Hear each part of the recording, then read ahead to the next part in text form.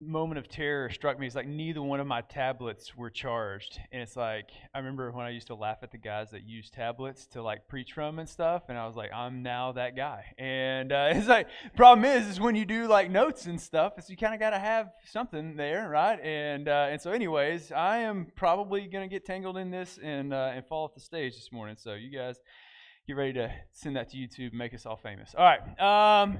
We are in a series cover to cover where we have been marching through the entire Bible over the course of this year. We started with the Torah, Genesis, Exodus, Leviticus, Numbers, Deuteronomy, moved into our historical books. We have seen the nation of Israel come out of Egypt and established as this group of tribes and then established as a kingdom.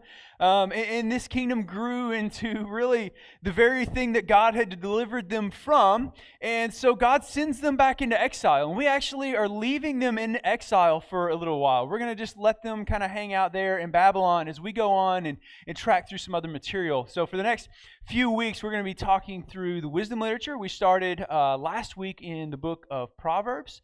And man, Proverbs is awesome. And this week we're moving on to some other stuff that's it's going to seem kind of like the exact opposite of Proverbs, but it's still considered wisdom. And so we'll get into how all that's going to work. But I want to begin with a redefining of that word wisdom, because I think it's important that we be all on the same page with that. Because if I passed out a definition and was like, I passed out a sheet of paper and was like, hey, define wisdom, I would get as many different definitions as there are people in here. But when we say like wisdom, biblical wisdom, we are talking a capacity of the mind that allows us to understand and live our life from God's perspective. All right? So God has this perspective of reality, and wisdom literature is sort of giving us a glimpse into that perspective of God's sort of view of reality. And it's things like money and sex and relationships and work and leisure and stress and all these different things, and how do we handle all of these different areas of life from God's perspective, right? God has a view of reality, and the deal is we have other views of reality. We make our own reality sometimes, or our culture has a reality and an ethic that it values at times as well. And so what do we do? Which one of these do we choose, and does that affect our life and the direction that we're headed? And the answer is yes. Okay, so I saw everybody looking over there for a second. Is everything tracking good over there? Is it good? Okay, all right. And then I heard the sirens, and I was like, oh, man, that was quick if it was something we did. But anyways, and that's really what Proverbs is doing, is it's keying us into God's wisdom and how to live well in all of these areas. And I said it kind of comes in these like if-then statements. Proverbs are if-then statements. So if you do good, then this is the result. But if you act unwisely or you act evil or whatever the case, then this is what typically comes. It's really neat and tidy, and we like to think that way. But the problem is that Proverbs are not promises. We said that last week, is that as good and as faithful as that advice may be, it's not foolproof. And we can't take it as though those are like God's promises, right? And so I want to begin with a story this morning. And so for some of you guys who are in the military, you're definitely going to get this. And some of you, I don't know, you may be lost for the next few minutes, right? But does everybody's job have some form of like quality assurance? Everybody have like at least a boss that comes and checks in on you, and are you like doing what you're, it's like, is that a good feeling when they like show up at your doorstep there? And so in the maintenance world, the last thing you want to see is QA rolling up. Is that right, Lucas? Do you guys have a little hooty hoo over the radio? Hooty hoo, hooty hoo. Whenever QA was coming, right? Like snake in the grass or something. We all had John. I'm sorry, dude. I know John kind of does a QA job. So, dude, I'm gonna just set tight for the next few minutes, all right, bud? Right, we always had this, and here's the deal. I was a new airman. It's probably 10, 11 years ago. I was like a little two-stripe airman in the Air Force, and I was just learning about QA, right? My job every day was just to show up and do the job. I didn't have any responsibility like beyond just do your job. Those were glorious days for those of you guys who remember that, right? And early on in your military career, it's like, oh, I want to be the big bad sergeant or the major or something. And then you get there and you're like, dude, this is the worst, right? And so like those days where you just did your job, and the worst thing you had to worry about was QA. And they'd show up and they would be like, oh, you're doing that wrong. Here's a fail, and now you're working 12-hour shifts or something like that, right? And so our flight at the time was terrible, man. Like QA knew it was like easy pickings at our section, right? Like if they needed, it's coming to the end of the month and they needed a few extra fails, they knew they could count on our section to come and get those fails, which typically meant that we were constantly working long shifts and weekends and stuff like that and getting paperwork and all this. So I had this idea because I saw a glitch in the system. And the glitch was that if you had identified a problem, what do? They don't fail you for it. If you've identified this thing, this is, oh, well, we know that's missing, or we know this is a problem, or whatever, and we've identified this thing, then they can't fail you for it. And it's like, if you sort of call yourself out, then you're good, right? And so I had this like brilliant idea. I was like, hey, you know what? We should just like all the people who are on the front lines doing the job, we should go around and like call out all of these things that are like bad in our section, right? And some of you are already like, oh, bro, you were that guy, right? And so so we did. So we built this I built this tracker. There's actually a name for this in the Air Force called SIPS. You guys remember SIPS, man? It's a self-inspection program, right? So nobody used it, right? And so what we did, and actually I've always been a fairly good salesman, and so I went and sold like all of our like immediate leadership on this, and they're like, dude, this is great, this is awesome, we can like fix these things, we can highlight it, we have documented proof, and so that way, when quality assurance comes to town, it's like, no, you can't fail us on that, we've already got it identified, and it was sort of like the loophole that we were close. So, dude, we did it for like a month, y'all. So we did this as a whole flight for like a month, and y'all, we didn't take a single QA fail the whole month, right? I expected standing ovation for that, but that's okay. All right, I get it. Yeah, you didn't live in that world, so that was a big deal to us, right? That was a really, really big deal. And so we went a whole month and nothing. So we have to go every month and talk to the commander, the big man himself, about like how we're doing. And so we got to our flight, and they were like, whoa, is this right? There's no fails on there. And I remember, dude, my flight chief stuff, he's like, well, actually, sir, this was Airman Wood. He had this amazing idea. Tell him about your idea, Airman Wood. And so I did. I told him, I was like, here's what we did, sir. And I never will forget this, man. Our commander, he was a very intimidating dude. He just stands up at the end of the table, and he walks down, and he like walks up to my chair. And so obviously I like, pop up, and I'm standing there, and he's like, thank you so much, Airman Wood. Is this why you came to the meeting? I said, yep. He said, all right, you're dismissed, and you can go sit outside. And I'm like, well, I didn't work the way I thought I was going to, and so I go and I sit out outside, and I hear him talking inside in the conference room, and it's like kind of getting loud, and then all of a sudden my supervisor walks out, and they're kind of like this wide-eyed look, and they just sat down in the chair next to me.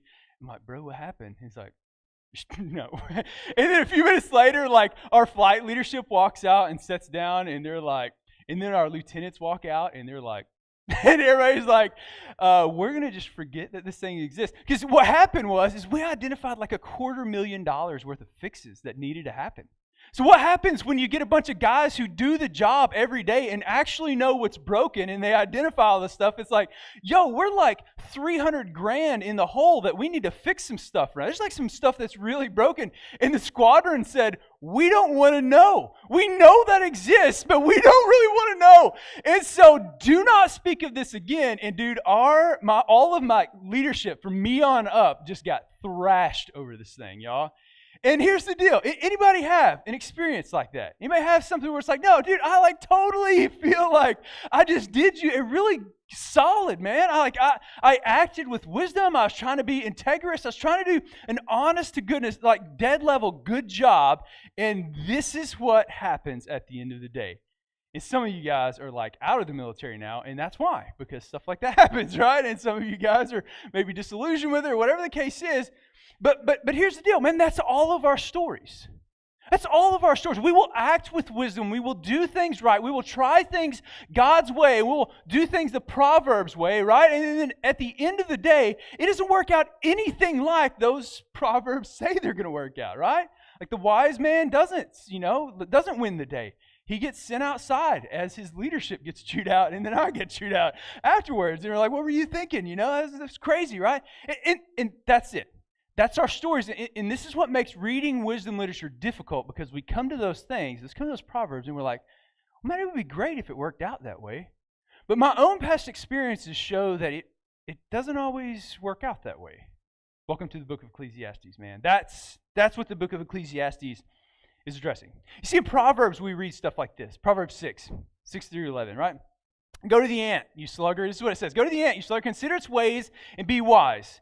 It has no commander, no overseer or ruler, yet it stores its provisions in summer and gathers its food at harvest. How long will you lie there, you sluggard, when will you get up from your sleep? I love this verse, right? A little sleep, a little summer, a little folding of the hands to rest, right? And poverty will come on you like a thief and scarcity like an armed man. Right? All of that to say, right? Work hard like the ant and save money like the beaver, and you'll have lifelong riches that you'll be able to leave to your children. Right? Is it kind of what you gather out of that? And you guys, like, does it work out that way? I love those YouTubers, man. They're super annoying lives that they have. It's like, well, I work 140 hours a week. I work out for 6 hours a day. Stuff like that, right? And if you do the same thing, and if you only decorate your house in muted pastel colors and make toilet paper and make your own soap, and then you too can become a butterfly trainer like me and be a millionaire by the age of 23. You guys know the people that I'm talking about in those YouTube videos.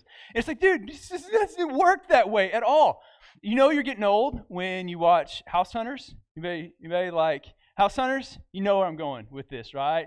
Dude makes designer shoes for cats, and the wife trains butterflies, and they're like, oh, we're 25, we got a $3 million budget. I'm like, no, you don't. No, you don't. It's like we invested wisely. No, you didn't. It just doesn't work. And some of you know because you've worked hard. You've put in the hours, and you've done your dead level best to live by this, to be as honest as the ant, right, in your working life, and yet you still experience lean times. Verses like this, Proverbs 22, verse 6, train up a child in the way he should go. Even when he is old, he will not depart from it.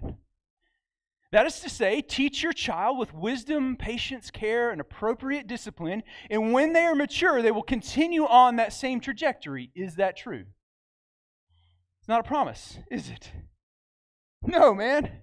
I know a lot of defeated parents who feel like failures because they've hung onto this verse as though it's some sort of like manufacturer's guarantee for their kids, only to find out that it doesn't work that way. That they do their dead level best and their kids while out and go off the rails when they hit 18 and get out of the house for a second, right? And here's the deal. I'm looking across like the demographic that we have, and very few of you are like, you still have the little angel sitting in your lap, right? Yeah. And you still have the little angel sitting in your lap, and there's no way that they would do that. But then you think of you, right? Because it was you, actually. You were the one. And I remember my parents, man, they had their faults like all parents did. But dude, like in spite of them doing their very best, I put them through the ringer, man. And dude, kind of what comes around goes around at times, right? And it's not always true. How about this little gem? When a man's ways are pleasing to the Lord, this is Proverbs 16:7, he makes even his enemies to be at peace with him. Yeah. That is to say, if you'll live life God's way, you'll enjoy peace with others.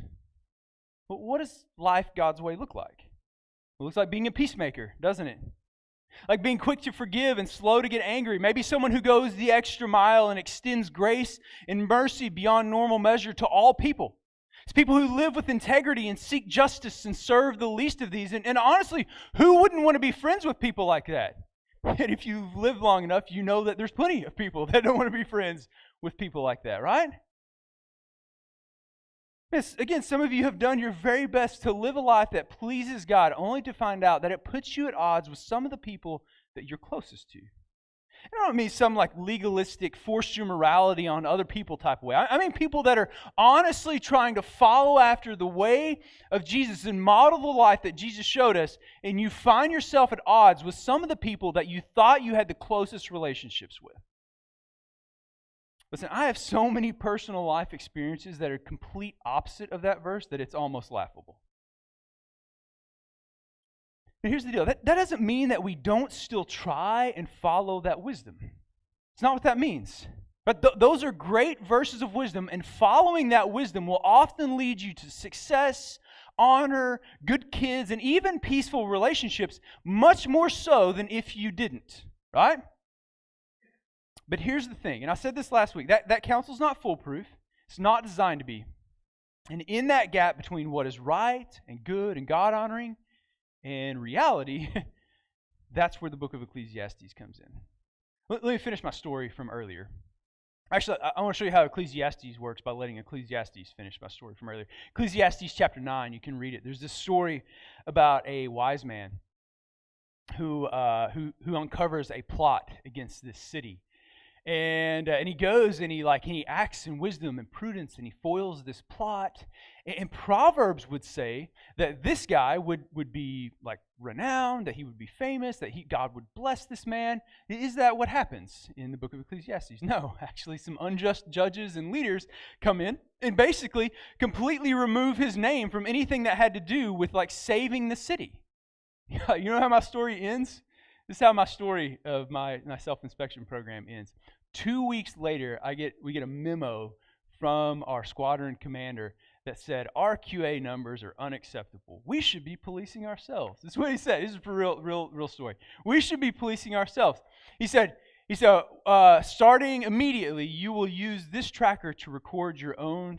Y'all, they didn't even change the footer, right? They took my header out and they put the squadron logo in and they resent out the thing that I created and packaged it as their own and said, we need to be doing this right now.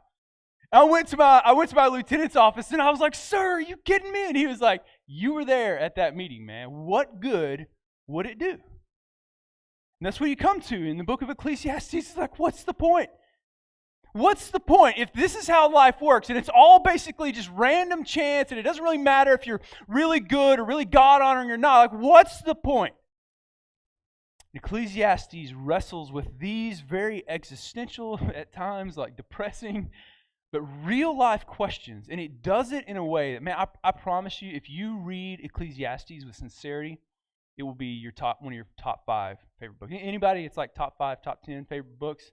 Dude, Ecclesiastes is amazing, right? I love it. And again, it is dark and sort of creepy at times, but it will connect with your soul in a way that I promise you, if you know how to read it well, it will be incredibly life-giving. So let's talk about how to read it well. Start our study concept. Some of you guys have picked up the Bible and started reading through it for yourself for the very first time this year. And it's awesome because I get questions from you. And those questions tell me a couple of things. It tells me that you're honestly, like a lot of you are honestly, sincerely reading through and seeking to understand your Bible, man. Because I'm getting good questions. And I just want to tell you from the bottom of my heart, nothing makes like your pastor's heart happier than to like answer those questions and to know those things and that you're considering those things. The second thing it tells me is something I already knew, but that reading the Bible is difficult, right? And so we have been giving you these study concepts every single week. And here's the deal. I haven't given you anything that is unique to biblical interpretation. And what I mean by that is I've only given you interpretation techniques that we already know in reading the English language, right? Like things that we already know in reading the English language, but that sometimes and for some reason we tend to forget when we come to the Bible. I don't know why, but we throw like good reason and good sense out the window a lot of times when we read the Bible. And so today's going to be no different. I'm going to give you a biblical interpretation technique that's something that you already know, and I want to talk about perspective for just a minute. Perspective, if you're taking notes, perspective is knowing who is telling the story and what methods they're using to convey meaning. Right? Stories without meaning, like they don't exist. Right? Even a story that has no meaning is conveying meaning, right? It's conveying the meaning that you're still conveying something, that your story set out to do this. There's I seen a funny picture the other day. There was a city that commissioned a guy to like $85,000 to paint this public art, and so he gave them a blank canvas, and on the bottom of it wrote "Take the money and run." And that was his artwork. It was like that was it. He just took the money. You get it, man. That's good. Like he took the money and he left, and he gave him a blank canvas, and that's what he called it. And he was like sending a message through that, right? And so, man, even stories that claim to have no meaning are actually they do have some meaning, right? Here's the deal about perspective. We know perspective pretty well. First, second, third person, right? Who's telling the story? How many narrators or like how many points of view are we getting? Charlotte was reading some book a while back, and I'm sure Danielle knows this, but it was like every chapter was told from a different character's perspective, right? Everyone was telling this character's sort of point of view in the story. And it wasn't until you read all of the characters sort of together that you got the full picture of what was going on in the story, right? And so that's one way that perspective works.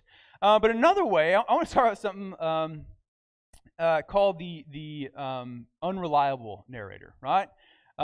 This is actually a big deal. The unreliable narrator is a narrator that is not trustworthy and whose rendition of events must be taken with a grain of salt. We're about to meet an unreliable narrator. We've actually already met one. But here's the deal about this. You may be thinking, like, I thought the Bible was completely true, or at least that's what I've sort of been claiming from the stage every week, and it absolutely is, right?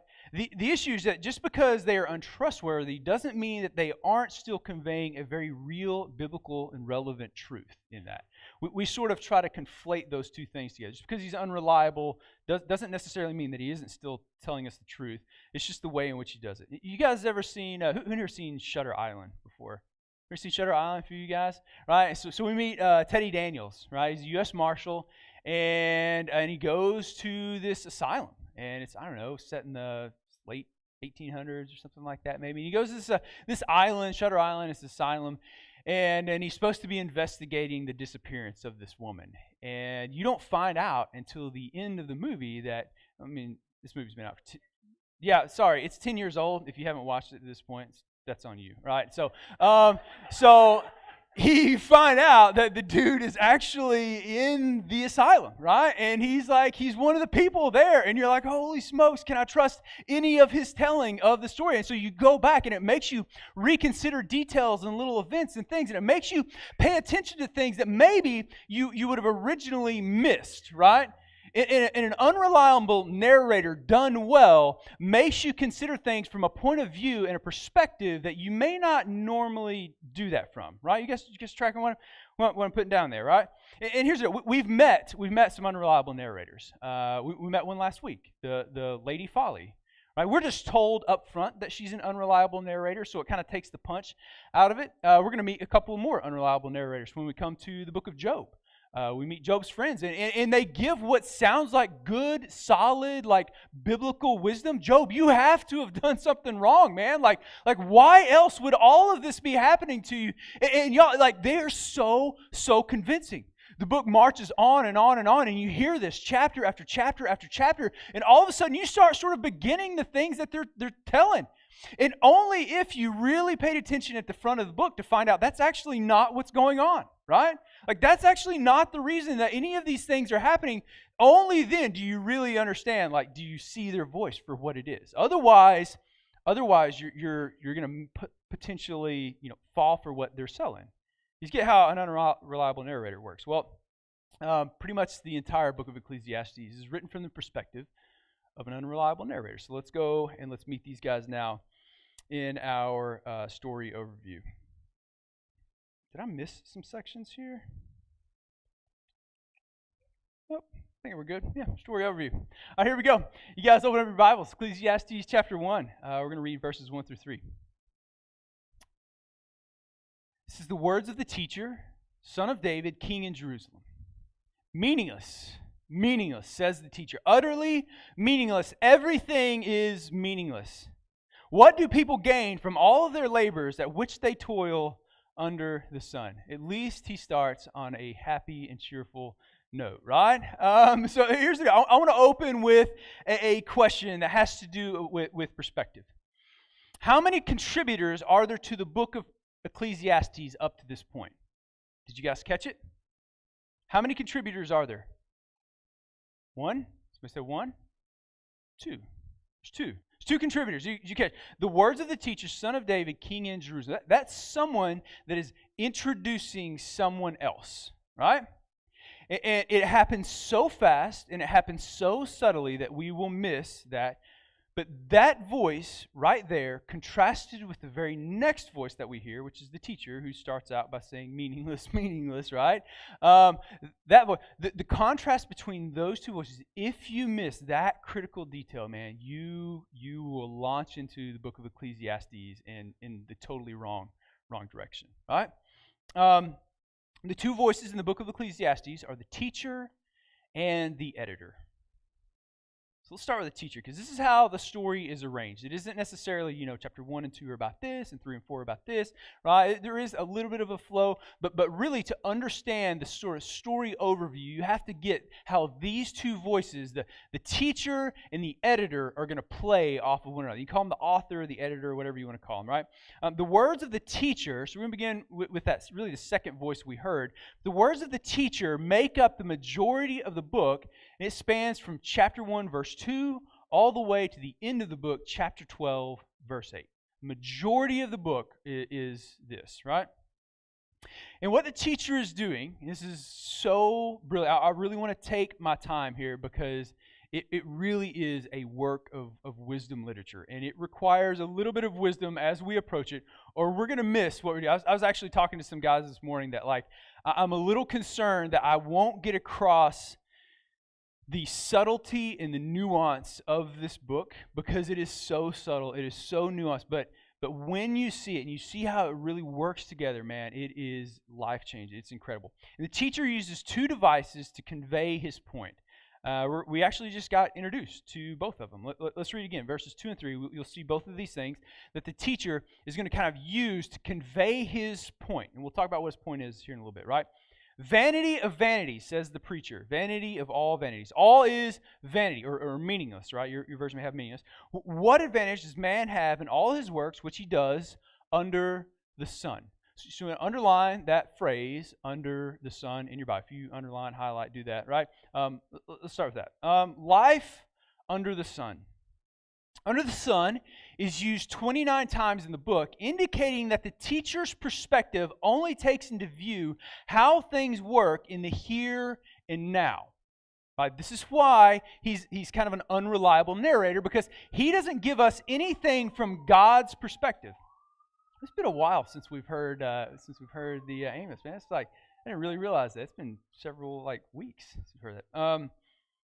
I don't know why. We had a stretch there. Probably summertime's just dangerous to be on the road or something. And it was during the summertime, it's twice a service easily. And it's calmed down. So I guess we're getting nicer weather now, so people are doing stupid things. But, all right, under the sun. Under the sun is used 29 times. And it's really about this perspective of the here and now. That this life is all that there is. Right? Tracking that? It's it talks about the grave. It talks about Sheol. Sometimes we're inclined to hear that and hear afterlife, or, heaven or hell or something like that. Don't think that. The grave, right? And even it says it. The animals and us, we all go to the same place. We all go to Sheol, right? It's better even to be an animal because at least they get to justify all of their desires and needs and wants and whatever the case is, right? And we're all headed to the same place anyways, which is just corpse in the ground, right? And it fails to take into account God's perspective, right? And this view is hearkening back to Genesis chapter 3, where mankind was cursed to toil and futility, scratching out a living by the sweat of his brow under the beating sun. The teacher even includes these words at just about every time that he uses under the sun. It's toil, it's futility, it's this meaninglessness, right? And here's a few examples. So here's how this works. Ecclesiastes 2, 18 through 19. I hated all the things I had toiled for under the sun. You see it? Toil and under the sun right there together, right? Because I must leave them to the one who comes after me. If this life is it, then I work my entire life away and I save all this money up and I die with money in the bank. What is the point? I just have to give that to somebody else. And who knows whether that person will be wise or foolish. Yet they will have control over all the fruit of my toil into which I have poured my effort and skill under the sun. This too is meaningless. It's cheery, right? But how true it actually. And these are the type of thoughts that we typically try to avoid when we're driving down the road by ourselves, right? Or we can't sleep and we're staring up at the night, thinking, staring into the abyss of our souls or something. It's we think about some of these things and it's dude, I'm going to work my entire life and probably get sick and die before I ever have the benefit of using all the labor, right? That all the money that I've saved up over my life or something like that. And it's really, really good, happy stuff that will lift you out of a bad place, right? And yet the teacher launches into them headlong. Here's another example. Ecclesiastes 9:10 through 11. Whatever your hand finds to do, do it with all your might. For there is no activity or planning or knowledge or wisdom in the grave where you're going. All right? So just do a good job of what you're doing. I again saw under the sun that the race is not to the swift. The battle is not to the warriors, and neither is bread to the wise, nor wealth to the discerning, nor favor to men of ability, for time and chance overtake us all. Anybody felt like that before? You come to this place, it's like, dude, there's this meme in the military. It's the promote now, must promote. You guys are familiar with the thing, and it's like the sharpest pencil is the one that gets the promote, and it's like, well, yeah, but that's the one that isn't actually been used, and it's like, dude, I've watched it. I was up for a promotion. This was years ago, man. Back in Florida, I had won Airman of the Year, right? Like Airman, that's a big deal for me. I felt like it was a big deal. And so Airman of the Year, and they were giving out promotion statements and all that. And my flight called me in and was like, "Yeah, we know you won Airman of the Year, and that's awesome, man. But we actually only have one promotion statement to give out for you guys' section, and it's not going to you." It's going to a guy that's going to hit higher tenure and get kicked out because he hasn't promoted in so many years. And I was like, wait, run that by me again, right? Like, is that real? Is that? Yep. Sorry, man. He if he don't get it, then he's going to get kicked out of the military and all that. And I said, man, I don't want to be like ungraceful or something, but are we sure that's how we're going to go about business, right? And it's like, dude, you've been there. You've been the one that's been passed over for promotion. If you've been in the workforce long enough, you know that. And where does that leave us? When we see that long enough. And again, I know I'm using a lot of military sort of stuff, but I know it exists everywhere. Military is probably my scene. That's what I've been most familiar with. And I see those guys. We feel it in conversation with them. The guys who've been there and they've seen that time and again, they've been failed by leadership or whatever the case is, and it's like it's just sort of all random chance, and it's seemingly like the good things don't go to the hardworking, right? The bread doesn't go to the wise, the battle doesn't go to the warrior, neither does, right? Like none of those things tend to happen, and that leaves us in this really sort of jaded place. And the writer of Ecclesiastes just takes us through, and he recognizes all of these positions that we find our heart and our soul and our mentality in. And look at where it leads him.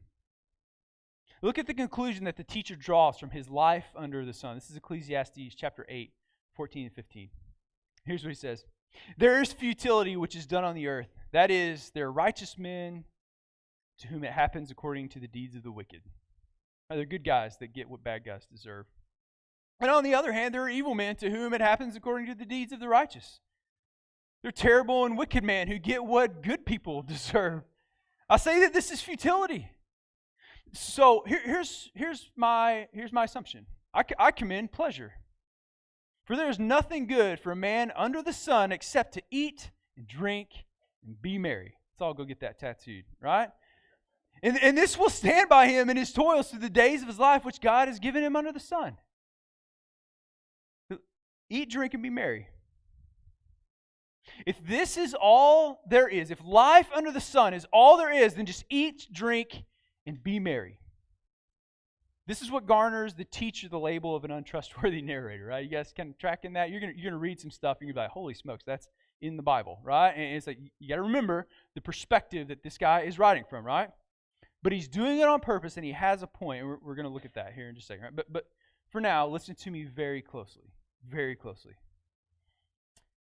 I think that we are watching our world tear itself apart, trying to cope with this mentality of life under the sun.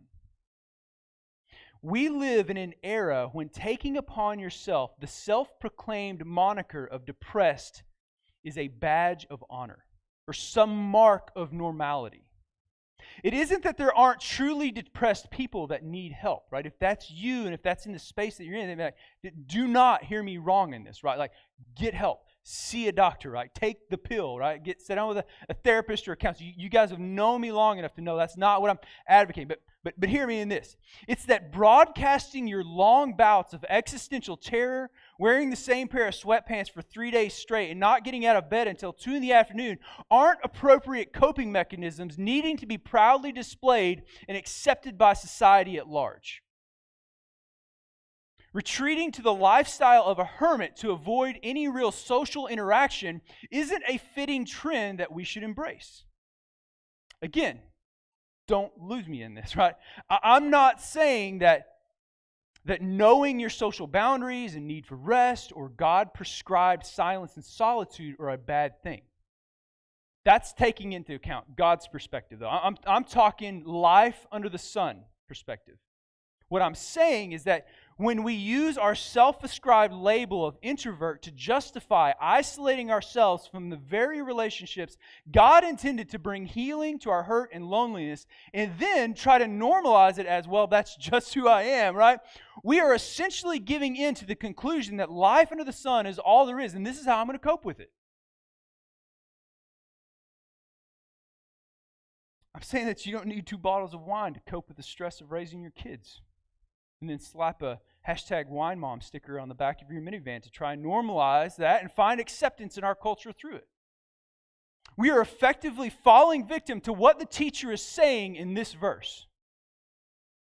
Look at me, man. I'm not some teetotaler, right? Psalm 104, 14, 15.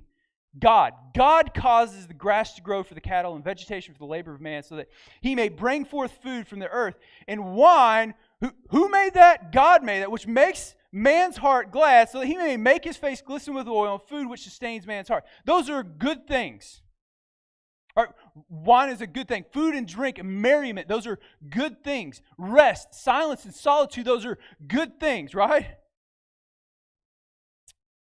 But when those things become ultimate things, the things that give our life meaning, we have adopted a view that life under the sun is all there is when we fail to take into account the ultimate reality, God's reality.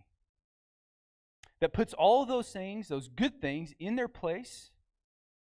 And when we do that, we get the culture that we are watching tear itself apart in loneliness, isolation, mediocrity, and a nihilistic attitude that has convinced itself that it's easier to care about nothing than it is to care about something that might hurt us or call us to change. This is what life under the sun has to offer. And the teacher in Ecclesiastes uses it brilliantly to draw us in and connect with these deep parts of our soul that yes, that's my experience. That's what I've seen. That's what I've felt that same exact thing, right? And then he turns around and he slaps you in the face, right? And he does that with his second device. Remember, I told you guys he uses 2 devices. Let's go back. Ecclesiastes 1:2. We've seen it, right? Everything is meaningless, says the teacher. Completely meaningless. I'm sorry. Blah.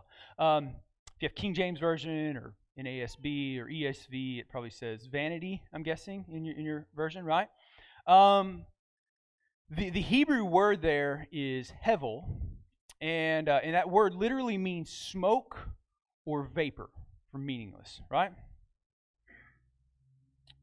And hevel, if you're taking notes, hevel is about form without substance. I thought about trying to just describe it to you right out the gate. I'll give you a second to take that down. Did you guys get the one before? Smoke or vapor?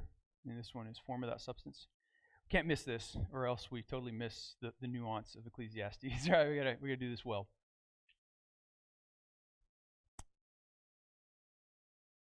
Look at how the teacher immediately describes this concept of hevel to us. I'm going to read it to you. It's a little bit lengthy. Ecclesiastes 1, 4 through 11, if you have your Bibles. A generation goes and a generation comes, but the earth remains forever. The sun rises and the sun sets, and hastening to its place, it rises again.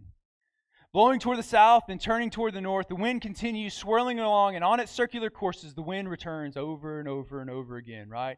All the rivers, this is my favorite one, all the rivers flow into the sea, yet the sea is not full. The place where the rivers flow, there they flow again.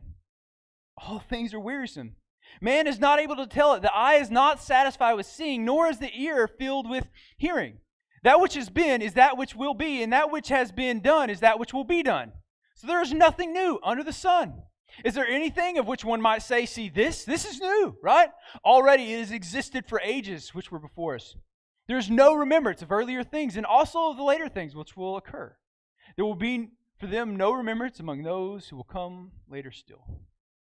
The teacher uses all these very natural phenomena to explain a very visceral and soul-level truth, right? Here it is. There are things in our life that appear to have substance, but once we grasp them and see them for what they truly are, we realize that there's really nothing there. The teacher spends the rest of the book. It's like a cloud. Right? Smoke vapor is a really good thing. You look like you could just press into a cloud or a thick fog or something and maybe just like grab it, right? And maybe you feel like you've grabbed it until you pull your hands back and you open it up and you realize there's nothing actually there. And look at some of the things that he's going to describe to us that are hevel, that we pursue as though they have substance and form and will give our life joy or meaning or some greater purpose or something, only to find out at the end of our life we reach these things and there's nothing there. Ecclesiastes 2:11, he says, "Thus I considered all my activities which my hands had done and the labor which I had exerted, and behold, it was all hevel, striving after the wind. There was no profit under the sun." Hey, that's your life's work that he just addressed right there. You know, that thing that you have a passion for and that you give yourself to, that you maybe went to college for years for, you know what he just called? He called it hevel. Ecclesiastes 2:21. When there is a man who has labored with wisdom, knowledge, and skill, then he gives his legacy to one who has not labored with them. This too is hevel, and it's a great evil. You know, it's your legacy. And again, as I look around the room, I realize there's not a whole lot of people that are asking the questions about legacy, but guess what? You will. There will come a stage in your life where you're beyond sort of the apprentice and you're beyond the craftsman stage, you're beyond the king stage, your queen stage in your life, and you're in that sort of stage, in final stages of your life. You need to be considering these deeper questions like what's my legacy? You know what he just called it? He calls it hevel. Ecclesiastes 3:19. For the fate of the sons of men, the fate of beasts is the same. Love this one, man. As one dies, so does the other. Indeed, they have all the same breath, and there is no advantage for man over beast, for all his vanity. This is life itself. Yep, life itself. Ecclesiastes 5:10. He who loves money will not be satisfied with money, nor he who loves abundance with his income. This too is hevel. It's money, material possessions. Anybody ever worked their life away, try to grab that, just to find out that there wasn't really much there? It's fame, it's power, it's position, it's a good name, it's even wisdom. I knew this guy. His name's John. I've known him since I was very young. I grew up with his two daughters, pretty good friends of mine. And John's story is a rags to riches story. John, they lived in a really ratty trailer. I first met John, and John was older in life even when I met him. He's in his 60s now, but I don't know if John is a believer or not. I would say that there are not many indicators in his life that point to his belief in life beyond the sun. Picking that up, right? Like for John, life under the sun is pretty much life. And if you had a conversation with John, he might tell you differently. But I'm just telling you what I've witnessed in John's life. John was smart, man. John kind of got dealt some bad hands early in life. But he was smart. He was wise in a lot of ways that really count. He was a hard worker. And John wanted to give a good life to his daughters and his wife. And so John put in the hours at work. John missed a lot of the things that I think we would say really matter. And I think if you asked John, he would tell you that mattered. But he would tell you that as he was reaching for this better life, be that through money or through better schools or, better house or better neighborhood or whatever the case is, better friends for his daughters, bigger vacations, more things to leave in his legacy to his kids and his grandkids, a bigger wedding for his daughters, whatever the case is. Whatever John thought of when he thought of a better life, as John grabbed for this, he sort of neglected some other things that we would say are probably more important than that. Writer of Ecclesiastes would probably just call it hevel, but and John would tell you that too.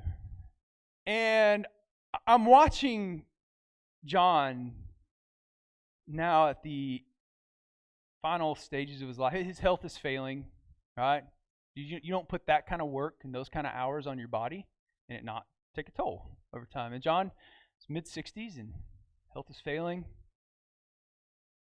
John's opening up his hands a little bit at a time, and he's got one daughter that outright hates him, and the other one keeps him at arm's length at best. John's marriage is a tragedy, and he doesn't even know it. The thing that he's worked his life away for, man, he's opening up his hands, and it is brutal, y'all, to watch him realize that the thing that he had reached for and grabbed for is hevel at the end of the day. Here's the deal, man. Like you have to realize nobody pursues hevel realizing it's hevel. It's form without substance. There is form there. Right? It looks like money, a better neighborhood, better friends, better whatever. Like, it looks like those things are good and right things that we should be giving. And here's the deal. They are in some regards.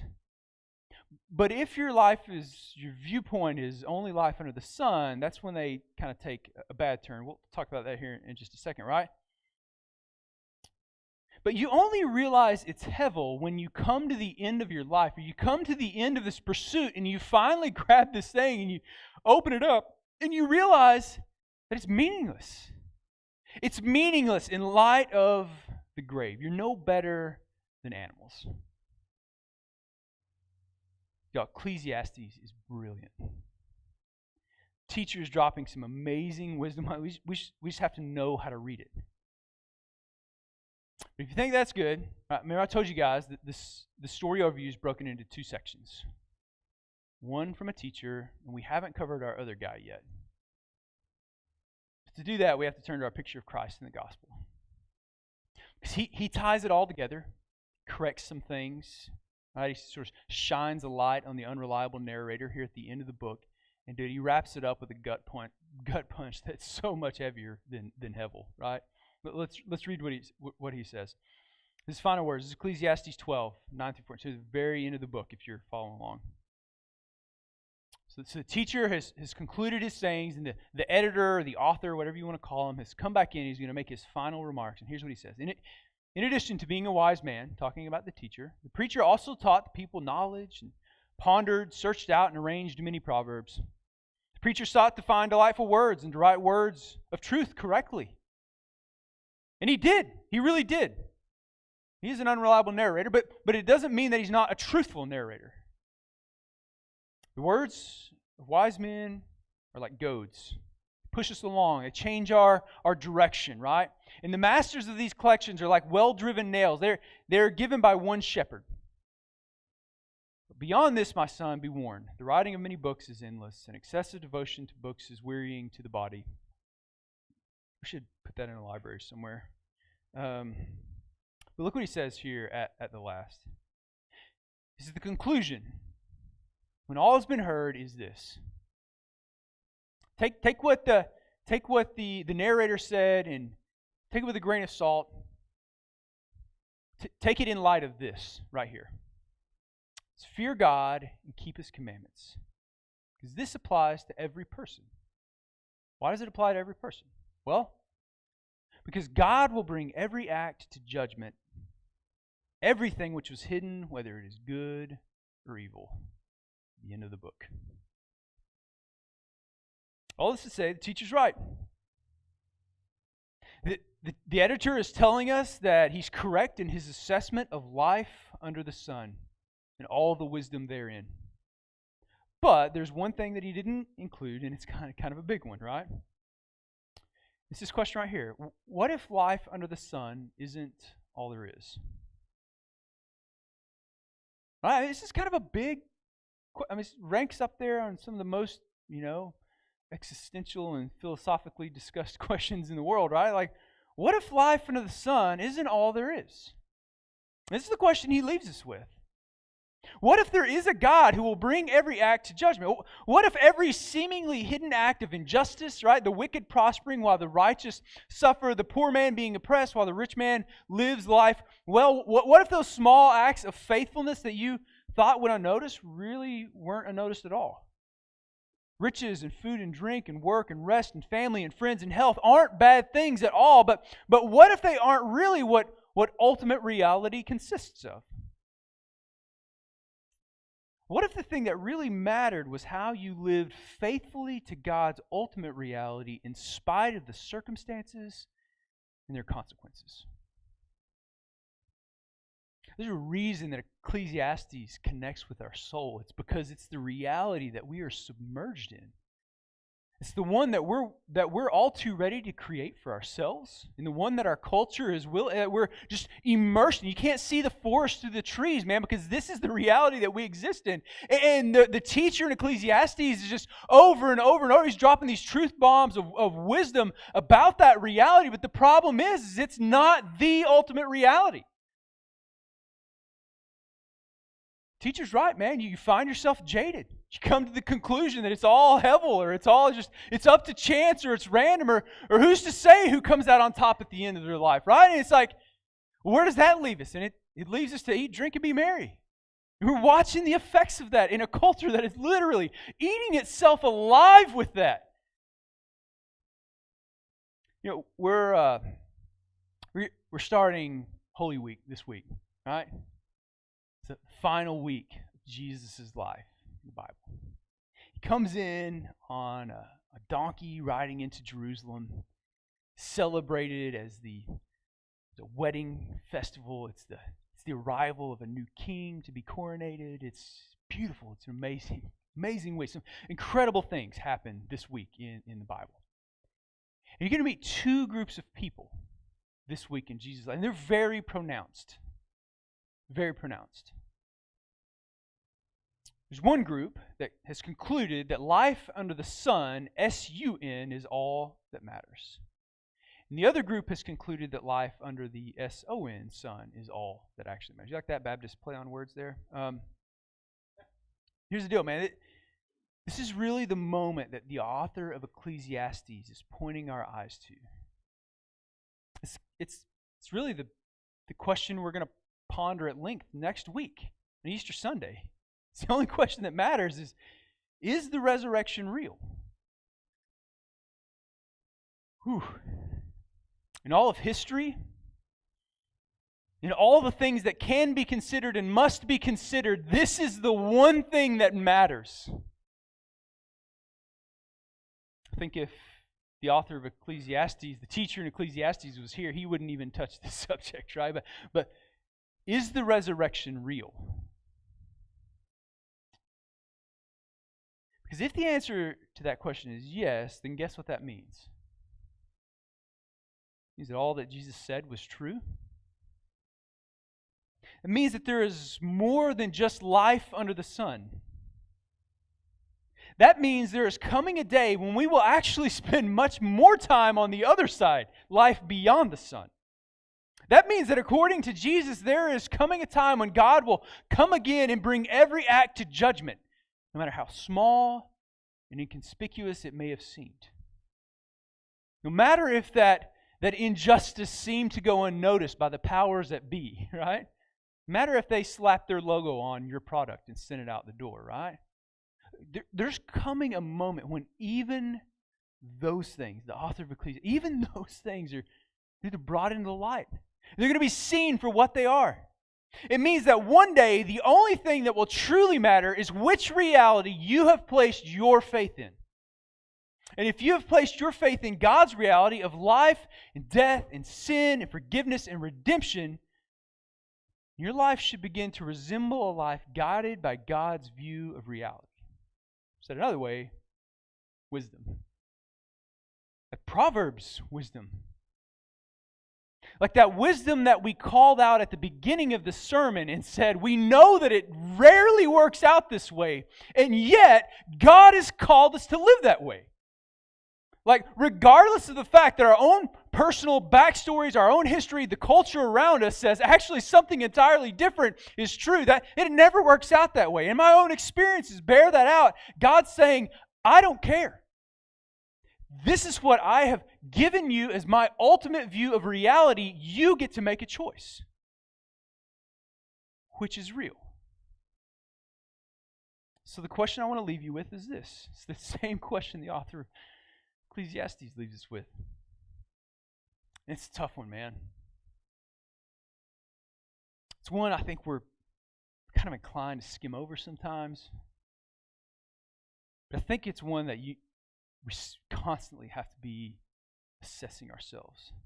It's this: is your pursuit of hevel an indicator that you have placed your faith in a life under the sun?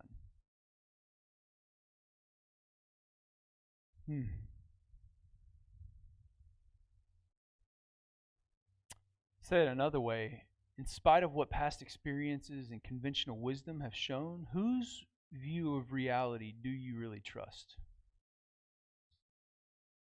Here's it, man. I would love to help you answer that question. If you were here a couple weeks ago, when I introduced wisdom, I said you don't read wisdom with a notebook and a pen and paper. You read wisdom literature with a cup of coffee and a friend. I mean, that's not a question that you're gonna walk away with and like, no, I'm good, or maybe I've got these few years. No. That is deep, prayerful, like assessment with yourself and with others in a conversation. And how do we take our next step of faithfulness to align our path with God's view of reality? Dude, that's why we exist. We literally wrote that into our mission statement here at the Outpost. We exist to help people orient their lives to Jesus and engage with others on the journey so that they can live a life of impact. I mean, here's the deal. I'm going to be at the back here in a minute. And I would love to begin that conversation with you. And maybe you realize, maybe just right now, man, there are some things in your life that are just, dude, it's a pursuit of hevel. Maybe you haven't opened up your hands yet. Maybe you come to the end of your road. But if that's the case, then right now is the time.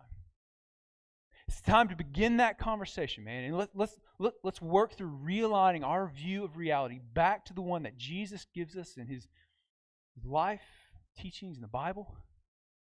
Let's take our next steps of faith. That if we all got that, constantly every day assessing ourselves in light of that, do you know what we would do to this city?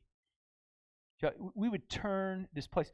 12 people who got this, or actually 11 people who got this, turned the world upside down 2,000 years ago. I don't know where you're at. I think it's a good question to ponder. It's Ecclesiastes. What do you guys think, man? It's good stuff, right? All right.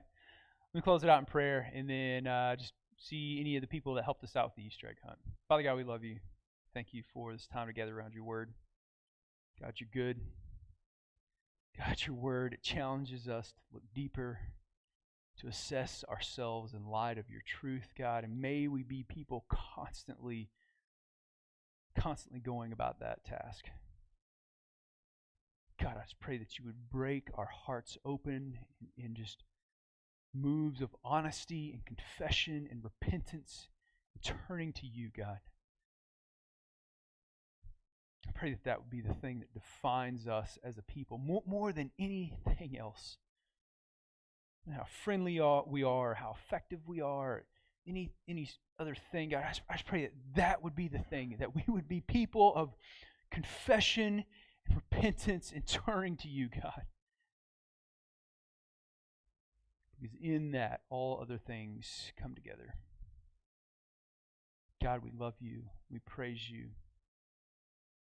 Thank you for the opportunity to go about another week. I ask all this in Jesus' name. Amen. All right, guys. Have a good week.